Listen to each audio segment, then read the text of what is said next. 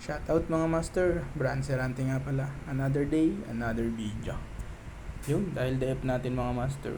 So, maglilinis at mag-upgrade tayo ng konti para sa panggilid ng ating EU Sport. Yung mga master ko, no? So, yung mga master, tinatanggal na natin ang kanyang mga crankcase cover mga master. Yun, sa mga gusto nga pala mag-DIY mga master ko, no?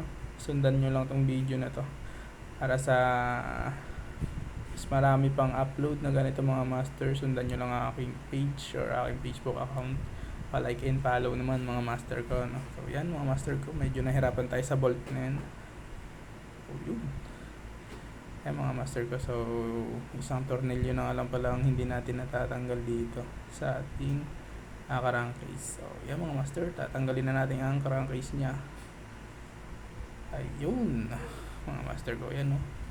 So medyo madumi na din kanyang panggilid mga master. Naka-stock CVT nga lang pala yan mga master ko, ano? So yun, nag-upgrade lang tayo ng konting drive base nya mga master.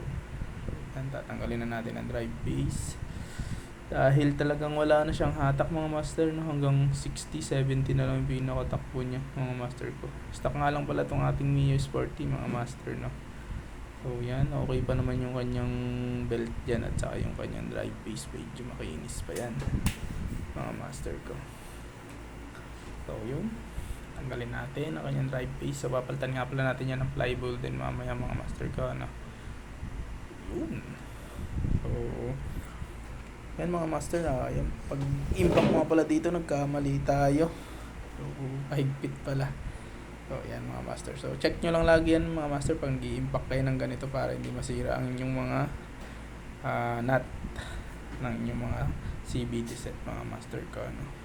So yun mga master, grabe ang dumi ng ating torque drive mga master ko, saka yung kanyang lining, no? So talagang pudpud na din talaga mga master. Mo almost magpo 4 years na yung kanyang lining na yan, stock pa din mga master ko, no? So yan, papalitan na rin din natin yan ng spring mga master ko. So yun, so iba rin talaga mga master pag may mga tools ka na kagaya nito. So yun, order ka lang sa Shopee sa mga trusted mo na hardware or mga power tools hardware. So yun mga master ko, no? So yan, medyo manipis na rin yung kanyang lining dyan mga master ko. Sobrang dumi, talagang kailangan na rin talaga nating linisin mga master ko yung kanyang CVT, yung dahil nabuksan na din natin. So lilinisin natin mga master. So yan nga pala yung ating papalit, spring.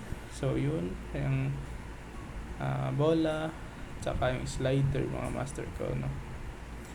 So yun mga master, hanggang dito na lang ating video mga master. So sa setup ko na to mga master ko. So umabot ka dito hanggang sa dulo ng video na to mga master ko, pa-like and share naman ng ating video.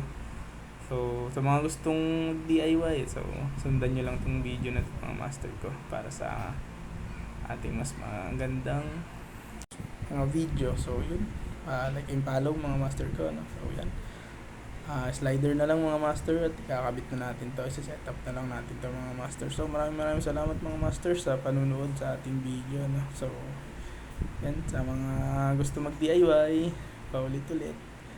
So yun, sundan nyo lang ang aking video. So yan mga master, napaka-smooth. Thank you.